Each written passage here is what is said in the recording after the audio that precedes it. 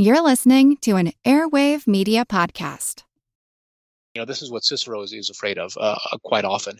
There's this great line, I use it as a chapter title of my chapters, from one of his mentors talking about how he feels when he's about to get up and address the row in public.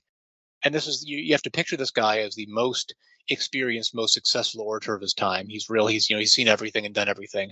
He says, when I get up to speak, I still tremble with my whole heart and in every limb.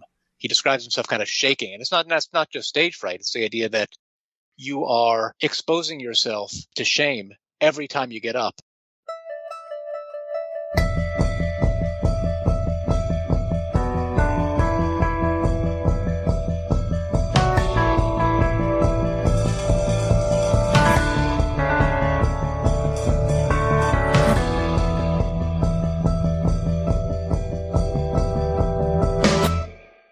Hi, and we're talking with Rob Goodman, the author of Words on Fire, Eloquence and Its Conditions.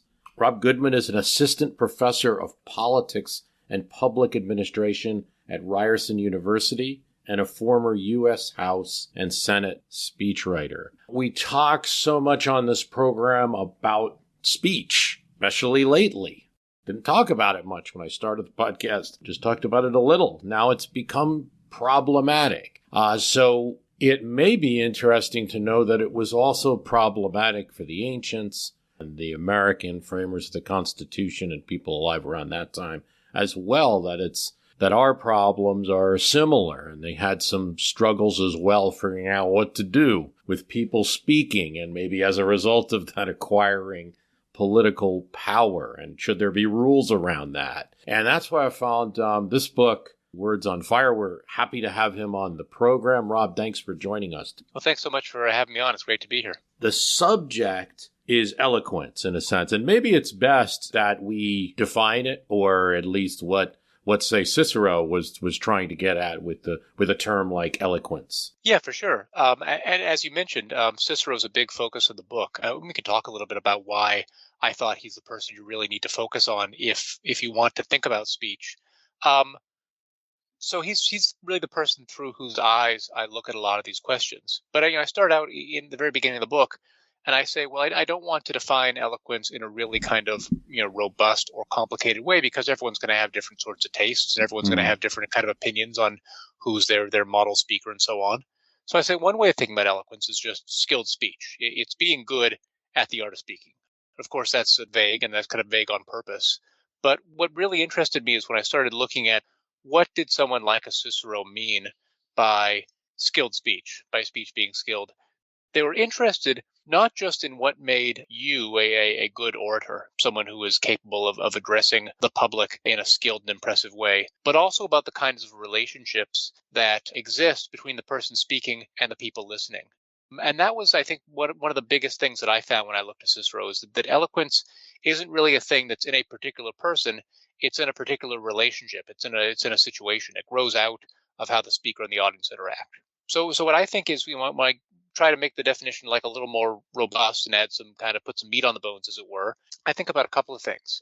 One, there's this element of spontaneity or riskiness that comes up a lot, especially in the ancients. This idea that to be eloquent, you have to be surprising. You have to take risks. You have to compromise your standing. You have to risk the potential of falling on your face, as it were. And that's part of it. But there's also the idea that eloquence isn't just ordinary speech. It's not just the everyday. It's not just the kind of speech you hear, say, in the marketplace or the home. It's special. It's self-consciously not everyday.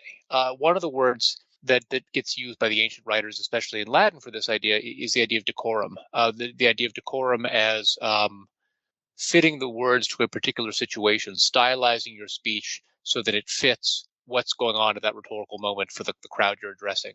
So I put these two together, and I think that if you combine this element of riskiness and this element of stylization or extraordinary quality, you get what I call in the book spontaneous decorum, which is a bit of a paradox, but that's what makes it difficult, is being able to spontaneously produce speech that is shaped to the moment and stylized and out of the ordinary, but doing it with a degree of risk. And because it combines those two difficult elements, that could be a little bit contradictory. This is why eloquence is difficult, but it's also why, for people like Cicero, the ability to rise to the moment and deliver something like that is valued so highly. Let's talk about that risk, because I think it's very important to your point about the times today where risk may be a problem. There may be a lack of risk. But let's define that as well. When we say the speaker is experiencing risk, like a senator, the Roman senator, or senator in the American Senate is getting up and making a speech, what's their risk? Well, I think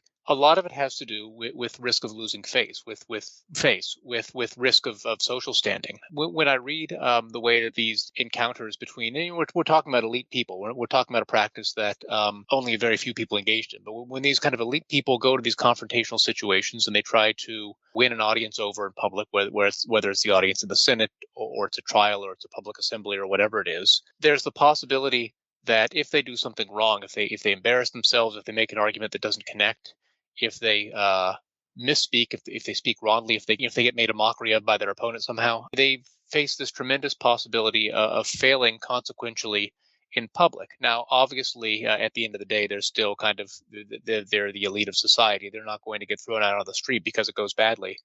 But I think at the upper reaches of politics, then and now, to lose face in public is a big deal. People spend a lot of time thinking about this. So for Cicero, he tells a lot of stories about people who for instance, have their careers, reputations punctured by misspeaking, by screwing up, or by someone telling a cutting joke about you that makes you look bad in public. And I think that there's something interesting in that. It's that these incidents aren't things that he's trying to get out of the system. He doesn't want speech to be more predictable or calmer or more sedate. He thinks that the possibility of this happening is kind of what adds that the sizzle. It's what adds the possibility of something interesting happening the moment someone gets up to speak, because you don't know what's going to happen. It could go very right or it could go very wrong, and the possibility of it going right kind of hinges on that possibility of it going very wrong. When you think about today and on history and what happened with political conventions in America, to where they were this event of spontaneity that you could go and see a potential president crowned in some moment of mass hysteria. You could see amazing events happen, but then they became television orchestrated events. And that's a major complaint that people have. I don't even want to watch it. Do that now. Risk is so important in your analysis, and it really strikes me as well. If we talk about a speaker who doesn't have risk, we start talking about, say, people who are using speech that's already terms that they know the audience is going to like, and now added that with all social media going on, that it's kind of like I'm only communicating with people really who are on my Snapchat or on my channel that I want to communicate with. So there's very little risk of me falling on my face. And of course, as I say this, people are going to be thinking about Trump, and that's one way to go. And I think in your book, you obviously do go and explore that, because that's been the phenomenon of the last few years. But interestingly enough, considering that and where that conversation usually goes, you also bring up the Obama campaign in 2008 and their use of, say, focus groups, intense amounts of focus groups for understanding words, and also their use of data mining and understanding what people might already want to hear and then giving it to them as things that are dangerous as well. So a lot there, but start anywhere you want. And yeah, for sure. I think there's a lot of places to jump in. But I'd say that in general, my analysis of what's wrong with rhetoric right now does come down to that idea of too much predictability and too little risk. And that comes from my career as a speechwriter, from what I saw trying to write these things. And also, as a political observer, and also as a political theorist who tries to put this into context historically. So I think that the big trend that I see in the development of political rhetoric over the last, I don't know how long you want to date it back, but certainly over the last generation or several presidential cycles in the U.S., is towards using every possible technological tool to make speech as certain as possible, as much of certainty as possible for the politician. And I talk about Obama's practices doing this in the book, but I'll also point out that this is just, to my knowledge, it's universal. This is what successful campaigns do. They do whatever they can to make sure they understand what effect their words are going to have before their words are spoken. So that could be something as simple as focus grouping or polling, or it could be more complicated things like tracking users' social media profiles, like tracking their magazine subscriptions or purchases. Like even more recently in the 2020 election, the Trump campaign used geotargeting. I think the Biden campaign did as well to physically track the location of people with their campaign apps on their phone to understand things about where they went, what environments they were in, what neighborhoods they were in, if they went to church, if they went to Walmart, if they went to the mall, all sorts of things that can help politicians to know the audience with a degree of precision that really hasn't existed before. Now, historically, orators going all the way back to the beginning always want to know the audience. That's kind of the first commandment of being good speakers. You have to know who you're talking to and know what they want to hear. But here's the difference, I think. The difference is, before it became easier to kind of know the audience from a position of concealment, the only way to know the audience was essentially trying something and seeing if it worked or not. There's that element of risk. You knew the audience by showing something of yourself and watching its effects. In contrast, I think what more recent technological developments in political rhetoric allow politicians to do is to sort of know the audience and know what's expected without compromising their own standing. It's sort of sending up a periscope, as it were, to figure out about the audience from a position of concealment without any kind of risk to your standing or your face. So why is that a problem? I think it's a problem for a couple of reasons. One, rhetoric is an activity in a democracy. It's a really unequal activity. It's an activity in which only a very small handful of people ever get to speak and ever get to have that attention and prestige that go with it. But one of the ways in which it becomes a little more equal is this idea that an orator will willingly expose themselves to the consequences of getting it wrong. This is the thing that makes the search for eloquence, the pursuit of eloquence, push in the direction of equality, be something that can support democracy rather than undermine it. On the other hand, if you lose that, if the idea simply is figuring out which buttons to press in an audience you kind of think of as an inanimate object, you lose that democracy promoting, that equality promoting function.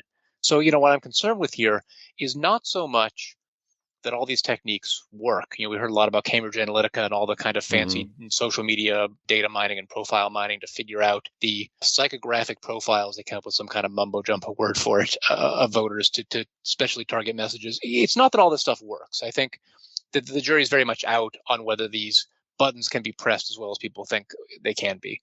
The point that interests me is that politicians desperately want to be able to push these buttons. And they very much think of the way in which they interact with the public as a sort of instrumentalizing the public, treating the public as an object and not as a potential partner in this activity they do together. So this leads to the other question I think you brought up, is what's have to do with Trump? Because Trump seems to contradict a lot of this stuff. Right. Yeah, people would say, I could hear a member of my audience saying, that's why I went for Trump. Oh, totally. He's says what's on his mind. Guy tells you what he says. So I'm just going to tell you how it is. Yeah, for sure. And I think that's very much a part of the appeal. And I think that a lot of this kind of goes under the anti-PC or anti-cancel culture heading. But I think that the bigger picture, and I think the bigger kind of rhetorical appeal of this guy is he didn't and he doesn't sound like most politicians. I saw there was a great block quote I used from a speech of his. I think that an author, Lane Green, put in his book. It's just this sort of rambly thing about how smart he is and how he went to college at MIT and has great genes and blah, blah, blah. Or he didn't go to MIT, but one of his relatives did or something. That's right. His uncle or something like that. Yeah. Yeah. Smart guy, great guy, totally great. Went to did this, did that, built a fortune. People don't give me credit for it because everyone could imitate this by now, right? And I think that the thing is, no one, for the most part, had heard a politician speak like that before. So I think there's very much a need being met for this degree of riskiness, this degree of spontaneity that I think made him a compelling figure even to people who didn't like him. I think a lot of that is simply because he'll say things that are hurtful to people in his audience. I think people enjoy that. There's the cruelty of it. But I think there's also the riskiness and the spontaneity of it. And I think that's very much he's meeting a need. And part of the point I try to make in the book is if, non-populist or establishment, quote unquote, or more centrist figures are concerned about this phenomenon and they want to do something about it, they ought to think about the way in which they speak and the way in which they're perceived. That you can't counter this sounding like Al Gore, for instance.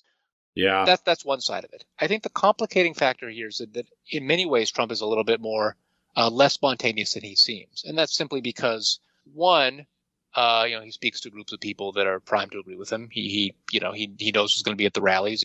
We've adjusted the audience instead of adjusting the rhetoric. For sure. And two, this is something that Cicero talks about quite a bit, is rhetoric is about training the character, not just the ability to speak. So part of the kind of constitutive things that go into making an orator is having this sense of shame so that when you do lose face because you screw up, then you pay the cost for it. So it's interesting that Trump, being kind of this famously shameless figure who simply cannot be embarrassed, or it looks, seems like he can't be, in many ways, that means that the risk isn't there in the same way because it's as if he doesn't perceive risk the way that you or I do, the risks to his speech. It's almost as if someone without nerves in their hand is putting their hand on a hot stove. You kind of miss the point of the pain signal that hot stove is giving to you. So I think my take on this in general is that on the one hand, his ability to speak in the way that he does, or inability, or whatever you want to call it, is meeting a need that is not met by a lot of people in our political system. But I also think that there's a lot less there than would seem at first glance. And the reason I think he stands out is because rhetoric in our system right now is so impoverished to begin with, that people are just sort of thirsty for anything that looks like it could be risky. That's a great point. I certainly share the view that on the great swath of politics, there's a lesson there that you need to be more spontaneous, essentially, and real spontaneous. And I think about the 1960 television debates, and that was a real effort. While I'm sure there also was some management, and Kennedy was a cool cucumber who knew good phrases and things, there was an attempt to just say, put these guys on TV, see what they say. Kennedy needed to do it, and Richard Nixon couldn't say no to save face, actually. So it had to happen. And then actually, once it happened, there was an attempt to bury it. And Lyndon Johnson wanted no interest in debating Goldwater in some live scenario. And unless you had a situation where an incumbent president was down in the polls, which happened with Ford, it might have never reappeared. So it was an attempt to have these spontaneous things, but it quickly got, maybe even by the 88 elections, very contrived to the point that they were trying to outdo each other. Oh, you're the Joe Isuzu of politics, and with these phrases to try to get on the news rather than really just politicians should think about ditching some of the very common spinning type talk that really took off in the 80s, where we're not talking real words, we're saying like magic words. But also, I think this critical thing about the audience changing, and obviously social media allowing you to really pick an audience, so there's never quite a risk. Well, I share your view that it's probably not perfect, any of these contrivances that politicians do. But I do think that's why I think what's great about your book, focusing on that risk. Because I think reducing the risk sounds like it is something that's very doable for most politicians, like getting it to, from a 30% chance that I could fall on my face here to just a 5% because this audience is mostly Democrats. They're going to like this message, even if I know in my head there's a counterpoint. I'm not going to share that in this particular instant. I think all of that is quite interesting. We could talk a bit about Cicero because he is the example for everyone. I mean, when they wanted to say Lincoln was great or Daniel Webster was great, they called them a Cicero. He was very much, as I reading your book, he was very much in the school of, hey, if you want to learn about an audience, get out and speak in front of them. Yeah, I think that's absolutely right.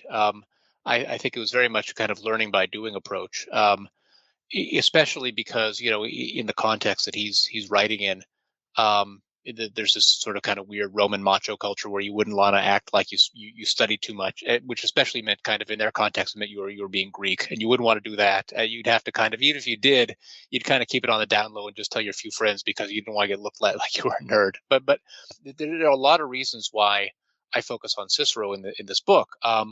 One is just because he's such an influential figure historically. Obviously, for the early generations in America, you have people who think about founding a modern republic from the perspective of their classical educations. This is something that you learned about as a condition of being a student in schools. You need to learn your Cicero, your Latin, your Roman history. So it has a direct influence in that way. Obviously, that's not the only period in which Cicero is a hugely influential figure. There are plenty of times when people want to think about what it means to have a republic, that the tragic example of the Roman Republic and its fall crop up. The other reason, I think, is something like a kind of convergent evolution. This idea that even if you kind of take away the idea of direct influence, the Roman Republic and the American Republic are similar in enough interesting ways that you can learn from one or the other. And that doesn't mean that America is a carbon copy of Rome or is going to have the same problems or is doomed to the same kind of fate. I'm not that kind of historical determinist, but I think that there's a reason people keep coming back to this analogy. And it's not just kind of inertia because they don't have any other analogies to think of. I think it's because there are a lot of similarities. There's the idea of a republic also being an empire, the idea of how you reconcile imperialism abroad with republicanism at home. There's the idea of inequality and oligarchy. In Roman times, especially in the last couple of generations of the Republic, the dominant arguments were about things like inequality, access to land, access to political power, access to voting power, access to voting rights. These are very much arguments that we are still having about whether or not Republican forms of self-government can coexist with inequality. Even on a level of diversity, I just read recently this really interesting web series by a guy named Brett Devereaux, who's a classics professor in North Carolina, I think. And he had a great series talking about diversity in the Roman Republic, talking about how this is a place that pulled people from all different kinds of language families, of religious groupings, of ethnicities in ancient Italy, and then from all over the Mediterranean world. A guy like Cicero wasn't born in Rome.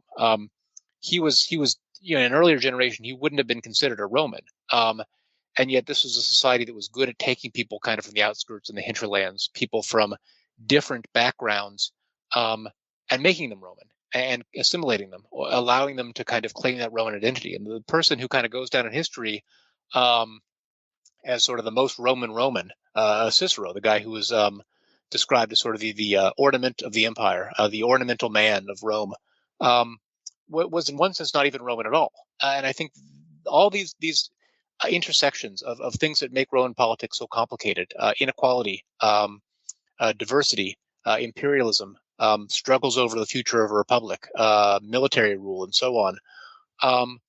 These are perennial issues, and I think people have always looked to the Roman context to figure out issues in their republic. And that's what I do here, focusing on the issue of speech, focusing on the issue of what kinds of speech help a republic endure, and what kinds of speech threaten a republic over the long run. And then that's exactly the same thing Cicero was interested in. Yeah, I find it interesting. It seems like that fear is that rhetoric becomes this little magic box. Once you've discovered the right words to say and the right audience, and you can control those things, then you can have all the power you desire. Yeah, especially in systems of government that are based on speaking in public, in which speech in public plays such a big role. There's the worry that this becomes a power that people can abuse or monopolize to dominate others. Hutchinson, Minnesota had some problems. For the adults of Hutchinson, the problem was the teenagers. They kept sneaking off at night to empty barns where they'd, brace yourself, dance. Who knew what sort of sin and heavy petting and French literature these barn dances might lead to? No, the adults of Hutchinson, Minnesota did not approve. And neither, it seemed, did the devil. One summer night, Satan himself suddenly appeared in the middle of the dance floor, and the debauched teens ran in fear. He showed up at the next dance, too. For a few months, it seemed like you couldn't go to a late-night barn dance in Hutchinson without getting chased out by the devil, pitchfork in tow. Until one night, when a 14-year-old boy had the good sense to shoot him in the chest. At which point the devil was revealed, Scooby-Doo style but bloodier, to be the local Methodist minister, dressed in a costume and flown in from the roof by rope and pulley. This is The Constant, a history of getting things wrong. I'm Mark Chrysler. Every episode, we look at the accidents, mistakes, and bad ideas that helped misshape our world. Find us at constantpodcast.com or wherever you get your podcasts. Yeah, so it's not just like eloquence says, it's nice to make good speeches. It's better to make speeches that are grounded in fact or the like. It's actually a danger if speech is allowed in a certain way. But it's a live problem, and I get the sense that it was a live problem for Cicero. It's not something that he was solving in his time. It's something that was happening right before him, and just like it's happening right before us, that we must have speech in a democracy. We value free speech, but it can also be very dangerous. Yeah, and I think that this is one of the big lessons I try to draw in the book, is that you can say a lot about what kind of political society you have, what kind of republic or otherwise you live in, by speech norms, by the kind of speech that people tend to do in public, by the way that politicians speak to their audiences, by the way citizens speak to each other. Speech norms are the very stuff of politics, and people ought to pay attention to them because they really tell a story that sometimes isn't told explicitly. And that's what I'm worried about in contemporary politics, is this idea of contemporary political inequality. And I think you see this in speech norms that as I describe them in the book, are risk-averse speech norms in which politicians generally want to do anything they can to avoid risking their standing when they speak to the audience. It's the idea of an audience that pushes politicians, that demands politicians do that, to risk themselves, to have the ability to push your political elites to do that makes your society a little bit more equal. So a society in which you start thinking about speech as a means of dominating or communicating or manipulating or advertising, rather than as a means of hashing out relationships between the people who get to be the elite and the rest of us, and trying to make those relationships a little more equal. A relationship in which speech does the former thing and becomes this means of domination is not a good recipe for a democracy in the long run. And I think you can learn a lot about the stake that political elites really put in these democratic ideals by whether or not they practice them in the way they address the public. This is why I think eloquence isn't just something that's nice to have. It's not just something that happens on the superficial level of kind of pretty words and great speeches of history and having clips on TV and then nice sound bites and so on. It's more about how you organize your politics in the bigger picture. It's about whether the kind of speech norms you have in a democracy help that democracy live up to its promise or undermine that democracy's commitments. We hear so much these days about cancel culture. We hear about speakers being maybe shunned. There's actually bannings that occurred. I mean, President Trump remains banned from Twitter after comments that were seen to spread violence after January 6th events. But it's, these things aren't totally resolved. They remain problems. We kind of have this society where on one hand, where there's concerns over canceling speakers, some of it, I think, sometimes overhyped. You have people who are claiming they're canceled and are making millions of dollars speaking in whatever venues they find, or they're speaking at colleges that I could never dream of speaking at, or even a lot of professors who should be speaking could never dream of speaking at, and they're still saying canceled. And on the other hand, so there's this concern about limiting speech, but in some ways there are more fringe speakers with audiences than you might have had. In the 1980s, they might have been limited to a little zine or a very small meeting in a gray carpeted room. There seems to be, let me put it this way, there seems to be a lot of concern with not so much my own speech. I feel free to speak, but we're worried about each other's speech. Yeah, and I think it's a really complicated thing, and I think it really speaks to a lot of the issues I'm concerned with issues of risk, as I mentioned, the risk of dramatically losing face in public.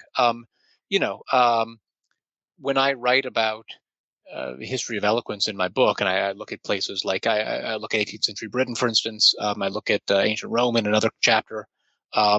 These are not places with our same ideas of freedom of speech. And yet there are places in which similar ideas surface. The idea of facing significant social consequences or sanction for saying the wrong thing. This is what Cicero is afraid of quite often. There's this great line, I use it as a chapter title of my chapters, from one of his mentors talking about how he feels when he's about to get up and address the row in public. And this is, you have to picture this guy as the most experienced, most successful orator of his time. He's seen everything and done everything. And he says, when I get up to speak, I still tremble with my whole heart and in every limb. He describes himself kind of shaking. And that's not just stage fright. It's the idea that you are exposing yourself to shame every time you get up. And it's the sense of decorum, the sense of what the moment demands from you that helps you navigate this sense of shame. But your sense of shame is really very much a part of what makes you a good and compelling speaker.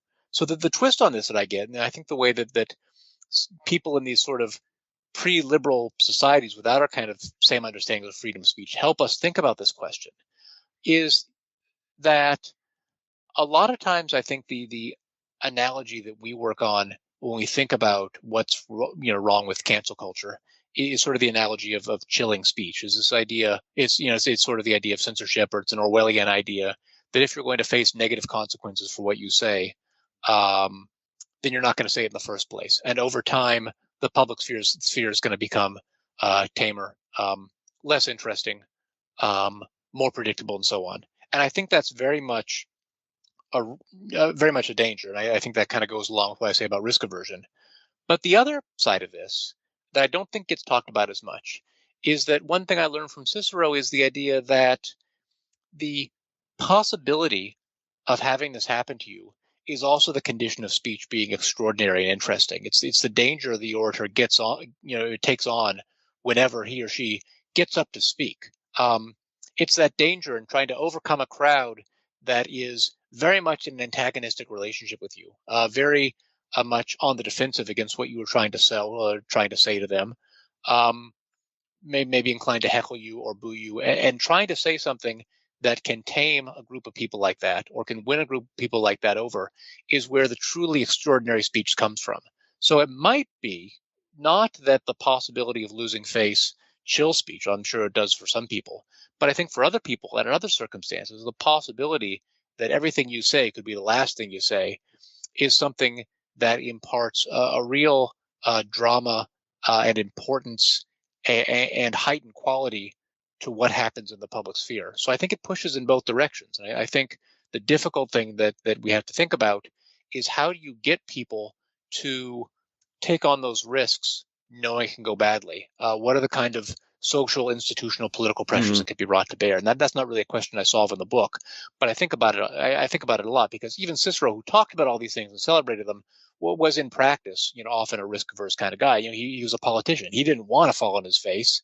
He just kind of talked about the possibility of it happening as something that would be one of the conditions of great rhetoric. So I guess one thing that I get from this is that the relationship between, call it cancellation, call it losing face, call it risk, call it the possibility of being heckled. The relationship between these bad things and speech that can be truly extraordinary it's a two-way street, and it's complex. And I think it's complex in a way that a lot of the sort of social media discourse about it doesn't always land on. And if I can bring a little bit more complexity to that and a little more nuance, that would help. Yeah. By the way, we are speaking with Rob Goodman, the author of Words on Fire. I think you should get the book. A lot of times people might be listening will think, oh, well, we talked about everything. I can assure you that it's developed in the course of reading a book like this. Points are developed as more examples. It's